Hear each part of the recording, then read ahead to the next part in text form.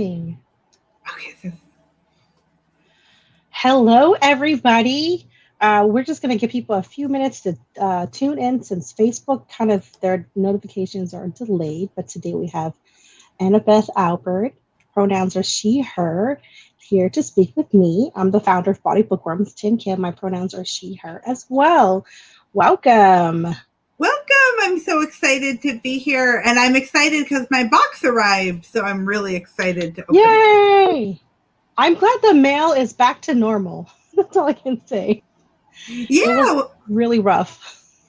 Yeah, it's nice being able to order something and have it fairly soon after. So that is nice that it's returned to normal. Yeah, I have noticed, this is like so boring. I have noticed that if I go from coast to coast, because I'm outside of DC, people get their packages in like 2 or 3 days. But if you're in the middle somewhere, it can take up to a week. It's really strange.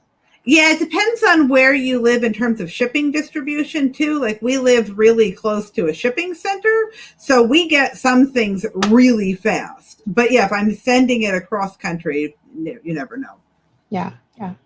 So for those tuning in live, make sure you click on the link in the description for StreamYard to give permission if you want us to see your name in the comments so we know who's talking to us.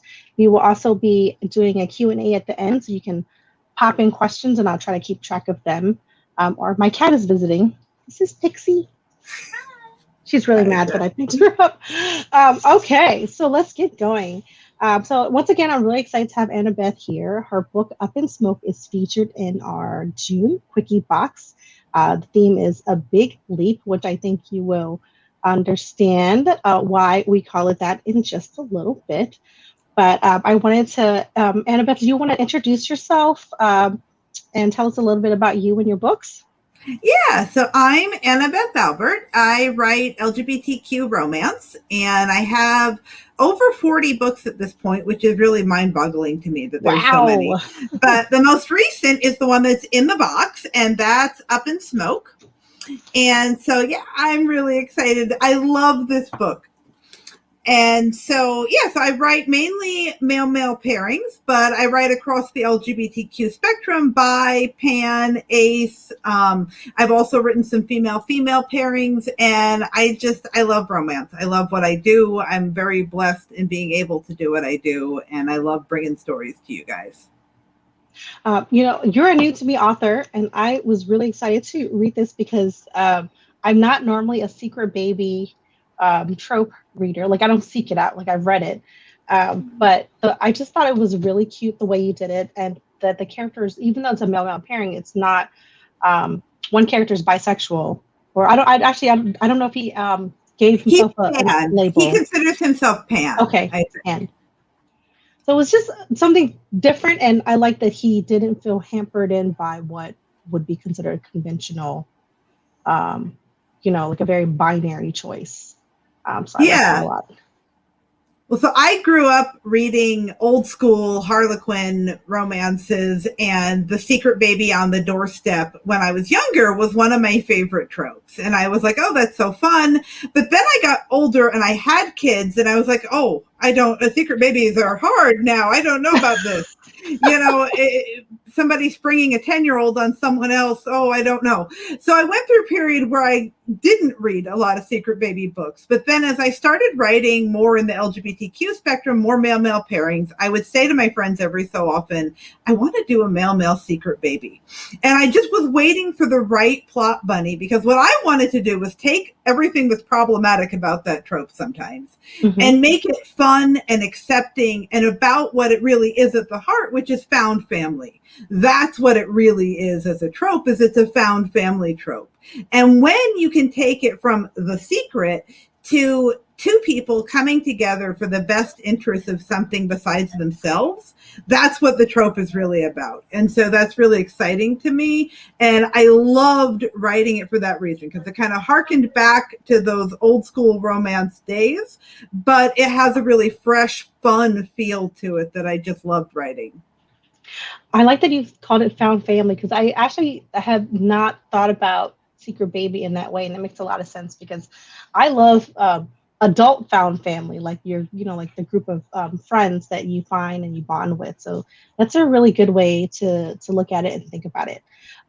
So I think I jumped ahead, but do you want to give everybody like a brief synopsis of Up in Smoke? I'll hold up the book while you give everyone a brief synopsis. Yeah, so Up in Smoke is the fourth book in my Hot Shot series, but it stands alone really well because we hadn't met either of the heroes before. So if you're new to me and you're new to the series, this is a great book to jump in.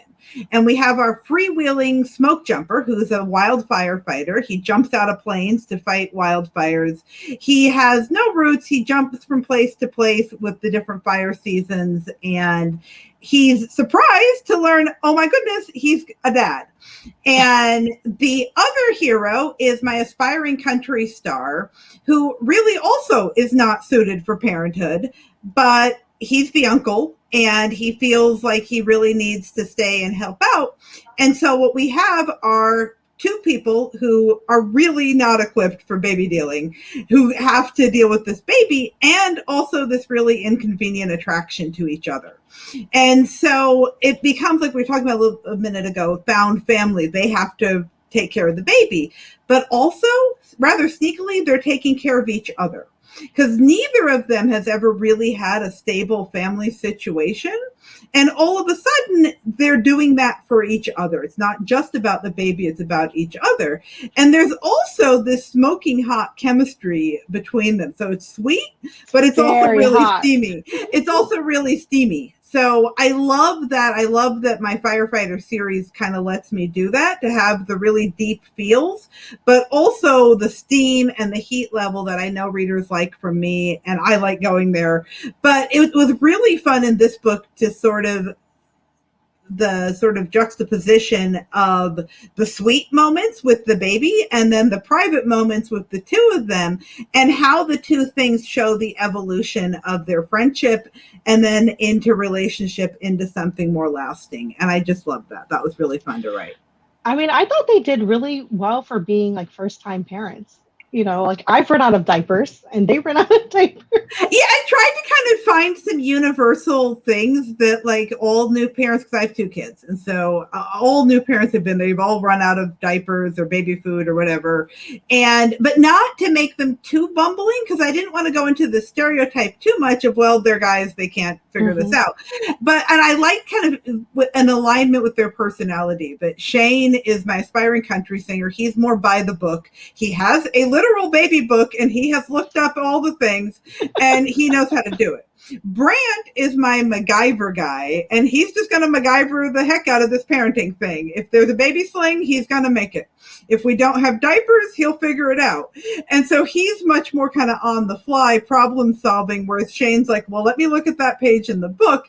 And I love that difference between them, because they both are really inexperienced, but they bring different skills to the table as parents. Yeah. Was it a t-shirt that they ended up using as a baby diaper? And I have literally been there. And so, yeah. And so, I mean, cloth diapering is, more accessible now. So they were kind of cloth diapering. Kind of, yeah. We tried that here too. So, yeah. And in Oregon, that's very big. So I was like, oh, this totally fits. Yeah, they're totally going to wing it for this one night. And so, yeah, it was just kind of fun to write. Yeah, and Up in Smoke definitely has the theme factor that Bawdy Bookworms community loves. We like a lot of on-page heat, and there's great chemistry. Like there's the scenes where they want each other and then they're interrupted, but yeah, their first kiss is so good. I loved their first kiss. And I love it. The cover of this one has him with the baby, which I love. But yeah, I promise there's a lot of steam in there too. It's not just sweetness. And what I love, I think my favorite scene is their first love scene after they have a kiss, and then there's some other stuff, and then they have like their first love scene. And I liked how urgent and necessary it felt, both when I was writing it and then later reading it. I was like, wow, you can really, the connection between them is just so fun to me. I loved the sort of pull that each had on the other. I really like that. Yeah. So speaking of steam and the box, I know I sent you a box and it arrived today. Yeah. So for two of this, did you want to do an unboxing for us? Yes, I want to do an unboxing for you. Let me get it kind of centered in the I'm pouch. always nervous of what the author will think. No, I'm gonna love it. Yeah, no. So I loosened it with a knife, so it should open. Come on. Yeah, there we go. Okay. Oh, it's beautiful. So we got the Bawdy Bookworms logo here.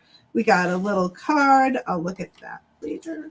And then, oh, it's beautifully packaged with this nice tissue paper. And oh, and look at the thing. So it says A Big Leap, and you've got the May 2021 here. And on the back, it's got my series, and this is really cute. This is really neat. Yeah, and after you read Up in Smoke, you can catch up on the 3 previous books in the book. And then let's see what we got. Oh, and then we have, if you've been following Bawdy Bookworms on social, you know that they were talking about the pin. And this is a really nice pin. This is metal. It's heavy. It feels really nice in my hand. I can't wait to put this, not just up in my office, but when I go to my next reader convention, I will put this on my badge. This is a really fun way to kind of signal on conferences as we're going out and doing social stuff, you know, that you're an ally, that you're part of the LGBT community, if that applies to you. But just, I love this. This is a really neat little I had to order extra because I knew everyone in my family would want one. Yeah, I love it. I love it. And what I love right now is that the rainbow stuff is everywhere. And I think it's easy to kind of feel like, oh, it's oversaturated. But for somebody, I was talking about this in my group earlier in the week, for someone, this is their first rainbow. And that is awesome to me. For somebody, this is going to be a leap of faith to put this on something for the first time, or someone else is going to see it and it's going to spark something. That's what's awesome about the rainbow stuff. And so I love that. So yeah. I was in a store and I had bought a shirt with rainbows on it. And one of the employees that worked there, he was so excited to see me excited about it. And like, that's what I love, that rainbows everywhere. Like people, it's just affirming to see it and see other people support it. And when you see it, and when then someone feels comfortable sharing something about themselves, like that's the whole point, is to make it a safe space so that people can share and be their authentic self.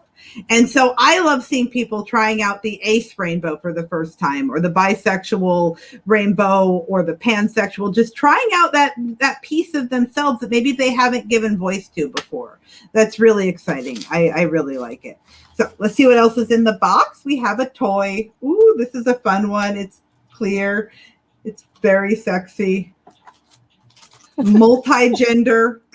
That's right. And oh, this, I actually have one of these in High Heat, which is an earlier book in the series. Oh, this is a bullet vibe.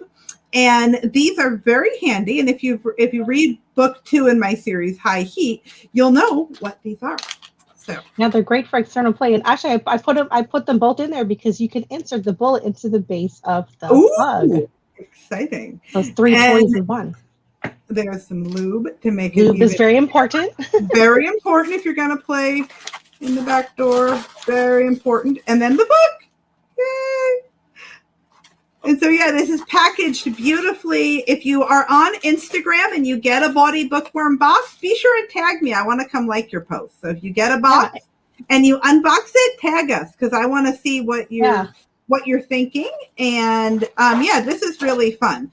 But these little things are really handy, the little bullet vibes, because in High Heat, which is book 2, one thing that I love about toys, and the box kind of lets people explore things, is it lets people of different abilities explore new ways. Yes. So in book 2, in High Heat, my hero uses a wheelchair. And so he has some issues with his sexual performance, and he needs some help from his doctor. And one of the things that the doctor actually says, and my research showed this, was using vibes can actually help a great deal with men who may be struggling in that area due to a spinal injury. Wow. So vibes are awesome. And so I actually worked it into the book. So that's something, I mean, toys are fun, but for some couples, toys can be really necessary. Toys can be kind of an outlet to something that maybe they couldn't otherwise explore without a toy. And so I like that toys they're kind of they kind of level the universal playing field in that way, and I like that. So Yeah, for sure. And the longer I do this, they keep coming on more toys, and the industry is becoming more inclusive and thinking about accessibility. Like, where do you put the buttons? How hard are they yeah, to push?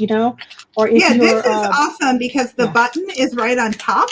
So even if someone had like finger issues, they could just push that little button. So yeah, this is really nice.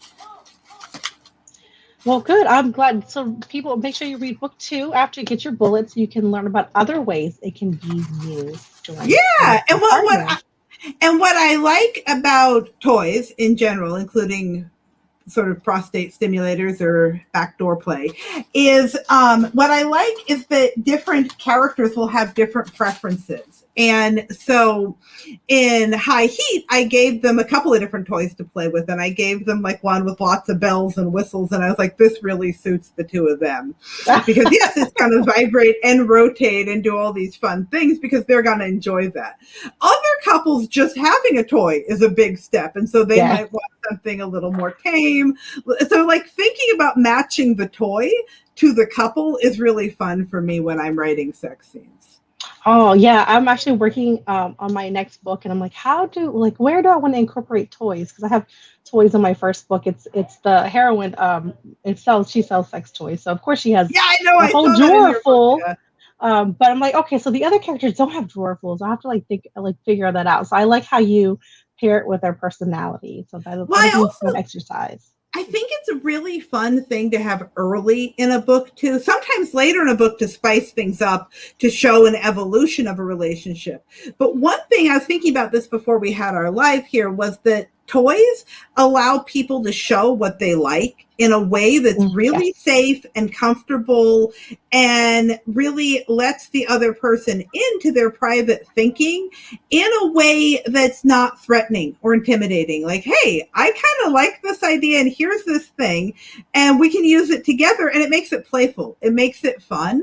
And if a person has needs or wants or desires, like it can be really easier to communicate that through a toy, I think. And so that was something I kind of did with Up in Smoke with their toy scene, was he's really letting Shane know how he likes a romantic encounter to go.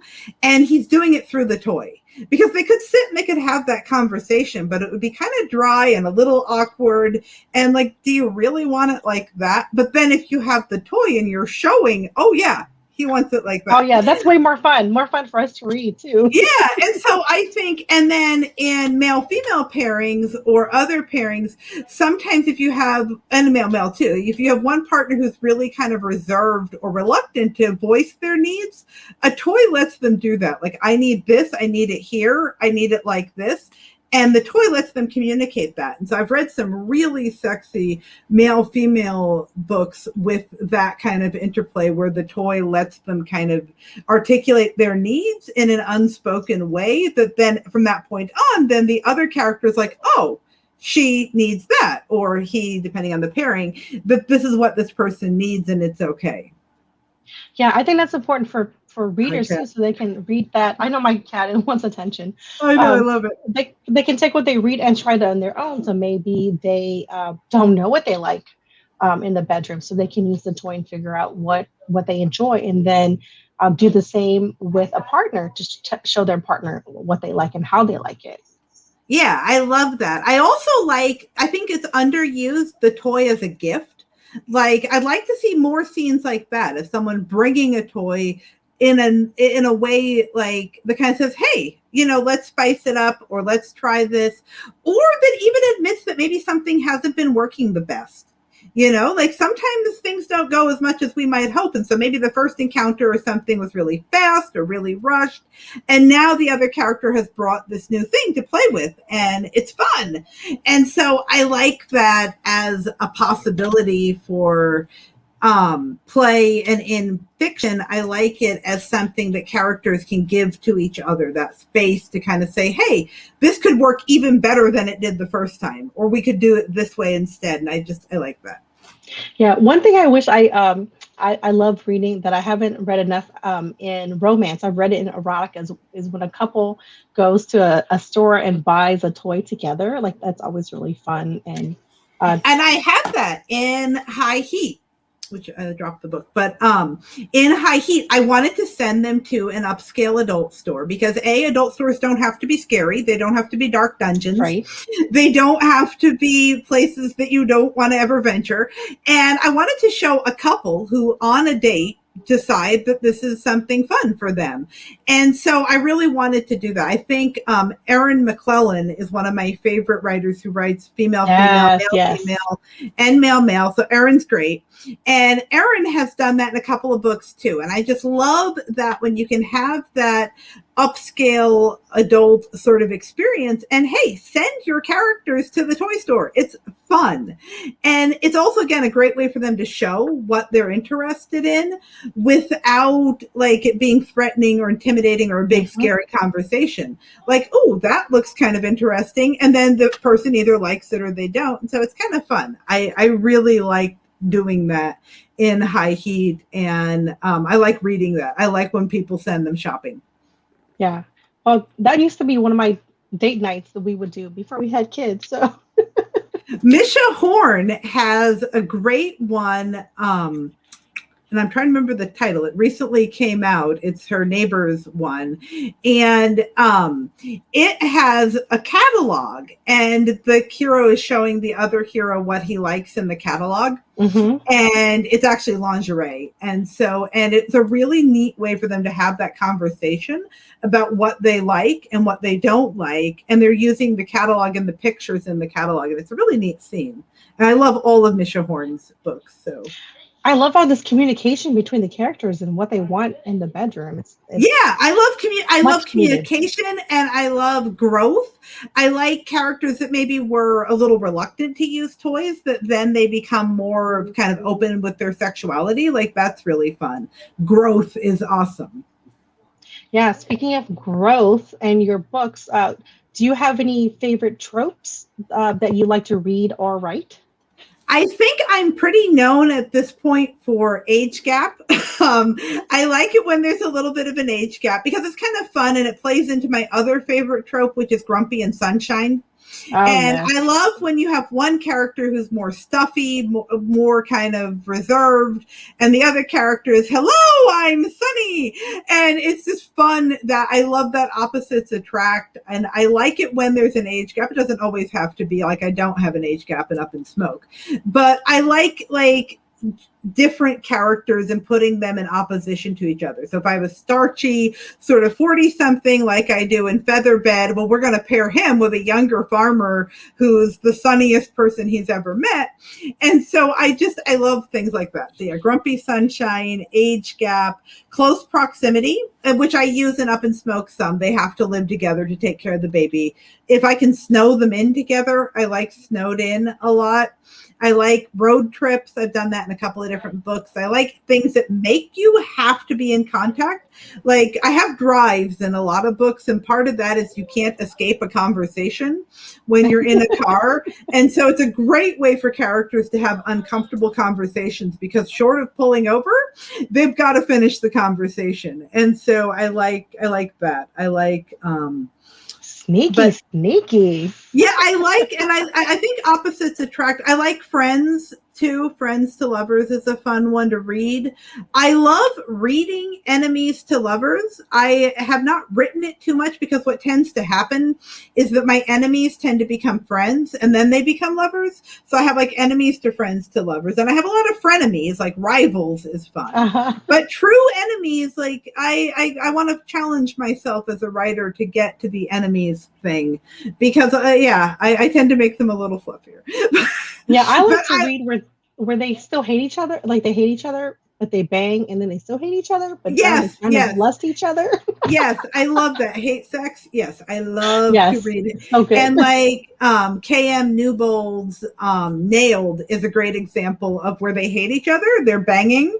They still hate each other and they can't stop banging. And I love that.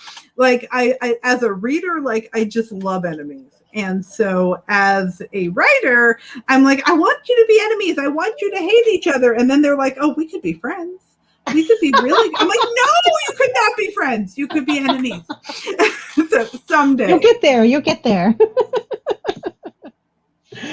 Okay. Someday, yeah. So we talked a little bit about toys already. So if you had to pick favorite toys or lubes or lickables for Brant and Shane, either together or separate, what would they be? I think, well, obviously some things are necessity, like lube and stuff. Mhm. I think, and I've had characters for whom like lube preference is actually a thing, but I think for them, I was thinking about how like the combo of the two of them and what they both like. And I think that size matters for them. And so I think interesting, larger, different toys are going to kind of strike their fancy because Shane likes to watch and Brant likes to push himself. He's an extreme sports kind of guy. He jumps out of planes. So like a little tame little thing isn't going to do it for either of Right. them. But a larger toy, yeah, I saw that question. I was like, yeah, I could see them enjoying going to the adult store and being like, this one, or this one's a little bigger. How about the bigger one? And just kind of that kind of fun sort of date night for them and kind of toy play as an extreme sport. Like I can really see them getting into that. Like Toys as an extreme sport. I like it. yeah, because I can just see him kind of really wanting to challenge himself with the size, so to speak.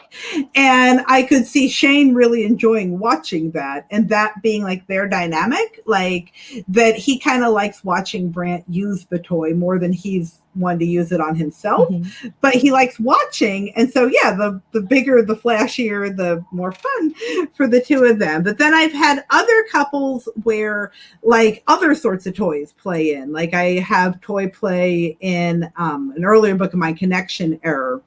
And in High Heat, I have like, they're more into the toys that can vibrate and do unexpected things. And so again, kind of matching the toy to the couple is really fun for me. Like what would this couple find sexy at this point in their relationship as where the trust level is right now?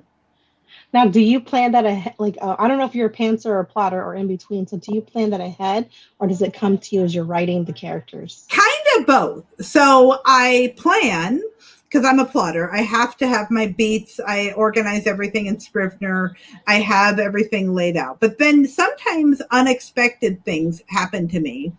And the story will kind of go in a different direction. Like I knew in High Heat that his medical condition and his spinal injury and the way that intersected with his sexuality were going to be kind of really at the forefront.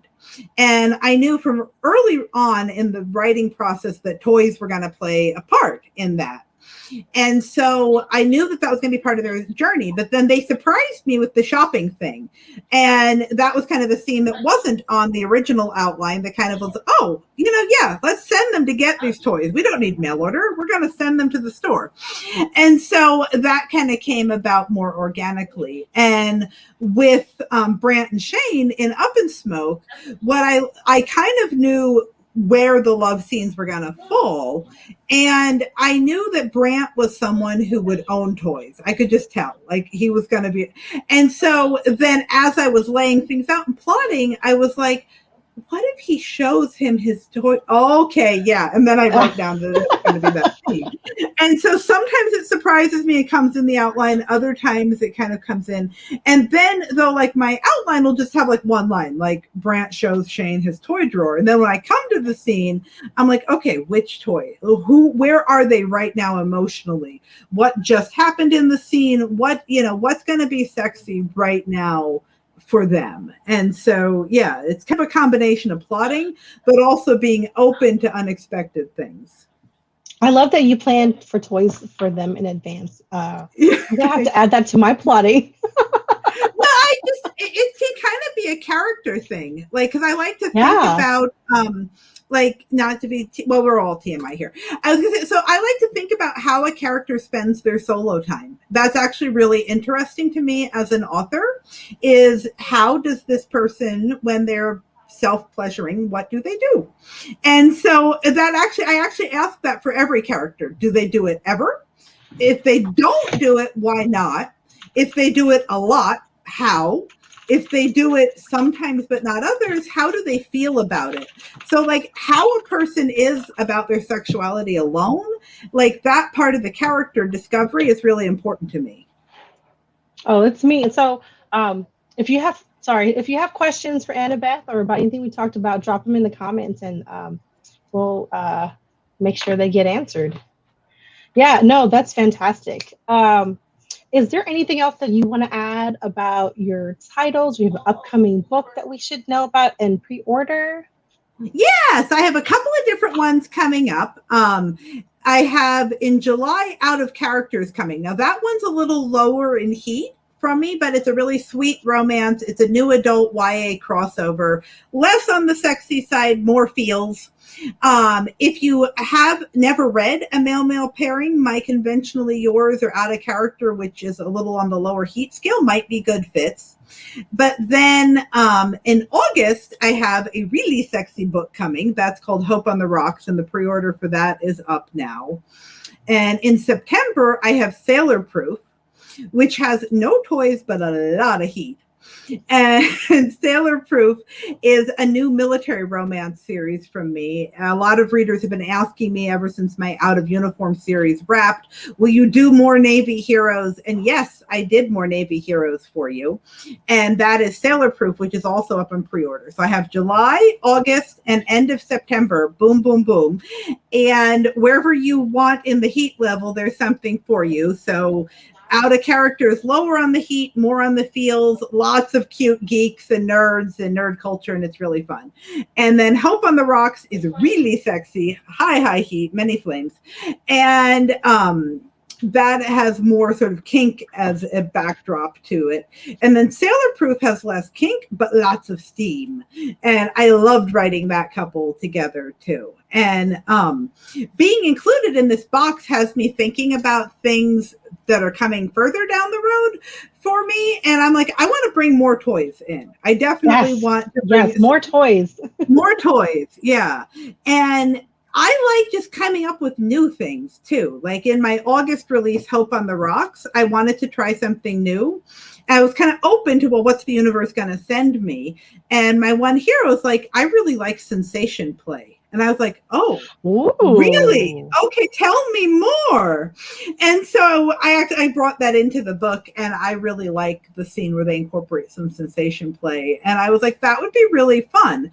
And so it's kind of a combo, being open to, well, what's the universe going to send me? And also just, you know, what does this character like? And okay, yeah, you like that. I want to go there with you. So yeah. Well, you'll make my job easier on pairing toys with books when the characters are actually using toys. Yeah. And what I like too is, even if a book doesn't have toys, sometimes I like thinking about, because I know I'm not the only one that does this. I write epilogues in my head for books as I finish them. I'm sure other people do this.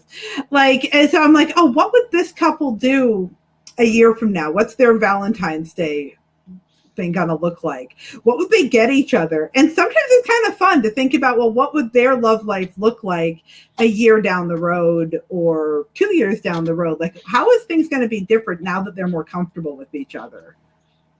That sounds really fun. Well, you all, if you haven't gotten your Quickie Box yet, I think there's like 5 or 6 boxes remaining. So get on it. Get it. Yeah, it really is very fun. And the book and all the fun goodies, yes, you definitely want to check this out. And the pin fell down, but yeah, the pin is gorgeous. You will definitely want to have that Love is Love pin in your life. And yeah, and if you get a box, unbox it on Instagram or Facebook or wherever and tag me. I want to see you unbox these boxes as they come later on in the month. So yeah, and Annabeth's socials are all in the insert, so you don't even have to look it up. You can just copy it from inside the insert.